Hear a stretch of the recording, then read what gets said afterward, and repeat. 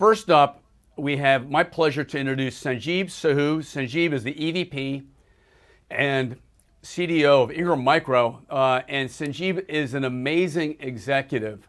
So happy and pleased to kick off today's digital summit with Sanjib, and he's doing some incredible work at Ingram. Sanjib, great to see you. Thank you. Pleasure to be here with you today. While since we've been together in person, I think the last time was at a Chicago summit several years ago. Hey, give us an update on your role at Ingram Micro and a little context of the business you're in, the scale you have, and the relevance you have with your customers. It's a fascinating business model. Yeah, absolutely, Hunter. I'm the EVP and Chief Digital Officer at Ingram Micro. Work very closely with our CEO Paul Bay, and we are one of the largest technology distribution company, one of the largest ecosystems in the world. About $50 billion of revenue. We operate in about 160 countries. We have more than 200,000 customers.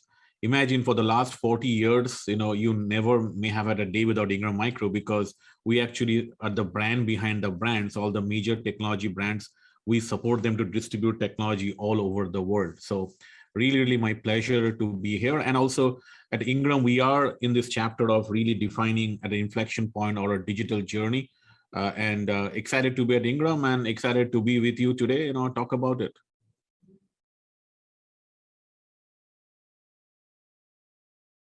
To get a really strong connection with the C-suite and specifically the CEO, because I know you really pride yourself on executive engagement.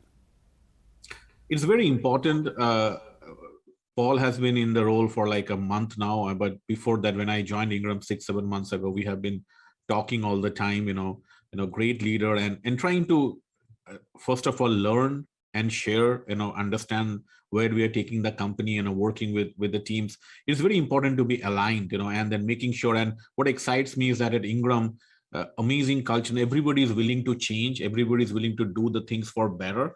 And it's just nice. I look forward to coming to work every day, and it's a feeling that when you love what you do, you don't even work for a single day. I feel like that working here at Ingram and with all the leaders, amazing, fantastic, group of leaders. But to your point, very, very important to be part of the strategy, because digital or innovation or technology cannot really happen at vacuum. It has to be tied to the core business and core strategy. And that's where it is very important that you have that connect.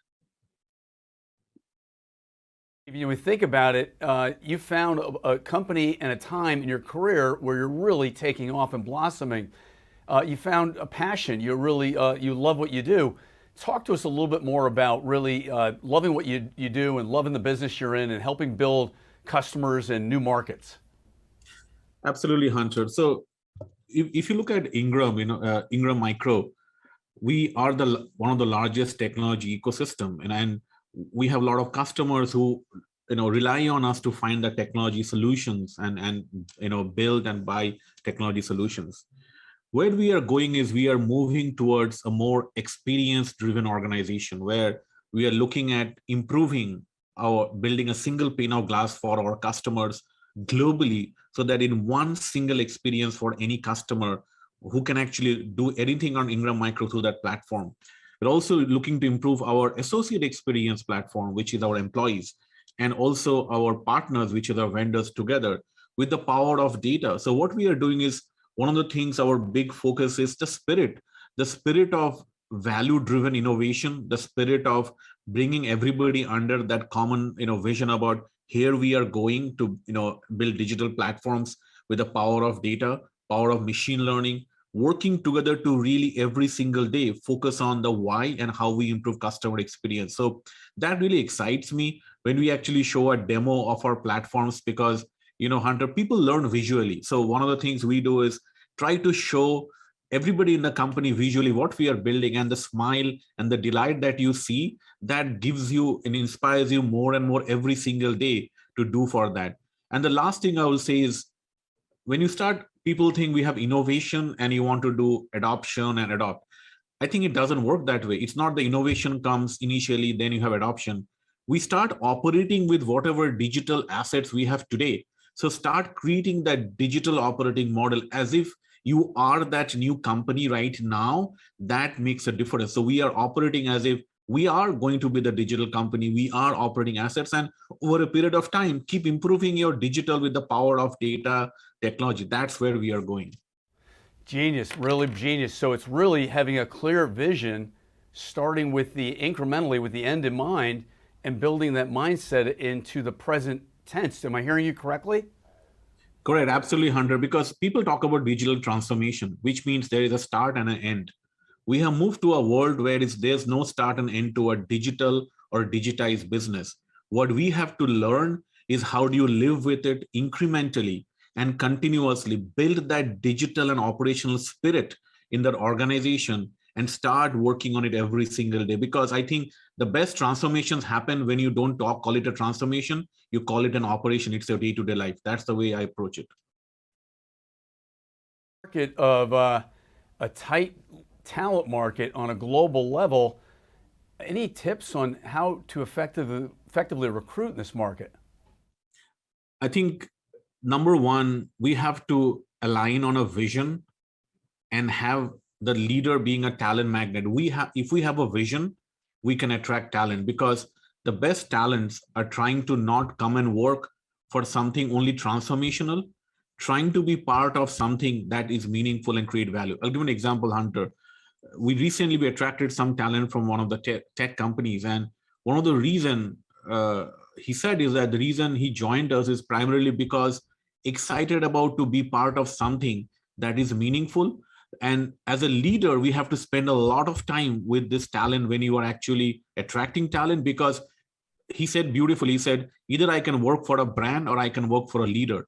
So when you are attracting talent, spending that time beforehand with potential talent, taking that extra effort, getting to know them, that is very, very important to attract talent, because there is no single silver bullet to attract talent. We have to put in a lot of effort to actually retain talent, attract talent, and still building that whole spirit, that is internal spirit that we showcase within our employees, and the outside, have the same spirit of passion that you are doing that attracts, the new talent coming to the organization.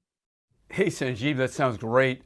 Any advice for leaders that are tasked with digitally transforming their organizations? It's been so perfect to this moment. What's next?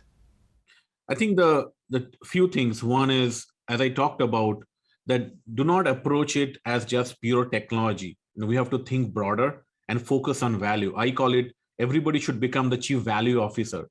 The moment you have the lens on value and tie the business value with technology innovation, there you get it. So 4 short things to actually do that. Number one, really start with a vision and a plan which your CEO, board, everybody's aligned, which truly creates business value, and align the whole organization along that spirit. Number two, really come up with a plan that really matches digital excellence with operational excellence. So perform while you transform. You cannot disrupt the operations, but slowly show incremental value. Number three, use modern technology with cloud, scalable, machine learning, data meshes, microservice architecture to make sure you can pivot as the market changes and you can scale. And the fourth thing is really focus on governance and value. There will be always temptation to do 50,000 things. Focus on what is moving the needle and the EBIT, and always try to build solutions with that operational governance and value in mind. Those will be the 4 things I'll advise. Love it. Great checklist there. Great list to live by. Hey, when you think about your relationship with the CEO, help other folks if they're having difficulty building that rapport, building the contextually rich relationship. What are some few tips that you can share with us today that people might be able to learn from? First of all, I think start with the idea about be your own CEO. If you can be your own CEO, then you can talk to a CEO having that mindset in mind that you're not only representing technology or a shiny thing, you're representing and talking the language of the business. Understand your problems, your CEO, how can you make him or her successful? Understand what are the biggest strategic drivers that actually make it work for the company. Be curious to have a thought leadership discussion or shared thoughts. So you have to really build a relationship and understand where he or she wants to take the company and how you can help in that vision that your leader has, not in the context of technology, but the context of operational value. When you start really thinking like that and then get that trust, I think that goes a long way in building the relationship. stuff to live and learn by. Hey, Sanjib, when you think about cyber right now in the current political climate we're in, cyber is so important. What portion of the day do you think about cyber, and how important is it for you?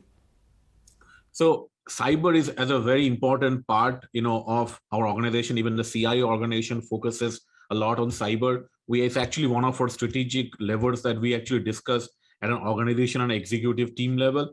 The idea is that sometimes cyber has to be, in my mind, a part of the same spirit, right? You cannot really suddenly say we should look at remedies or how critical it is. It has to be part of your technology spirit. As you are building software, you have to be more proactive. So we approach is trying to be proactive, but there's a lot of work being done in cyber right now. It is something that you cannot really avoid or live without in modern day and technology.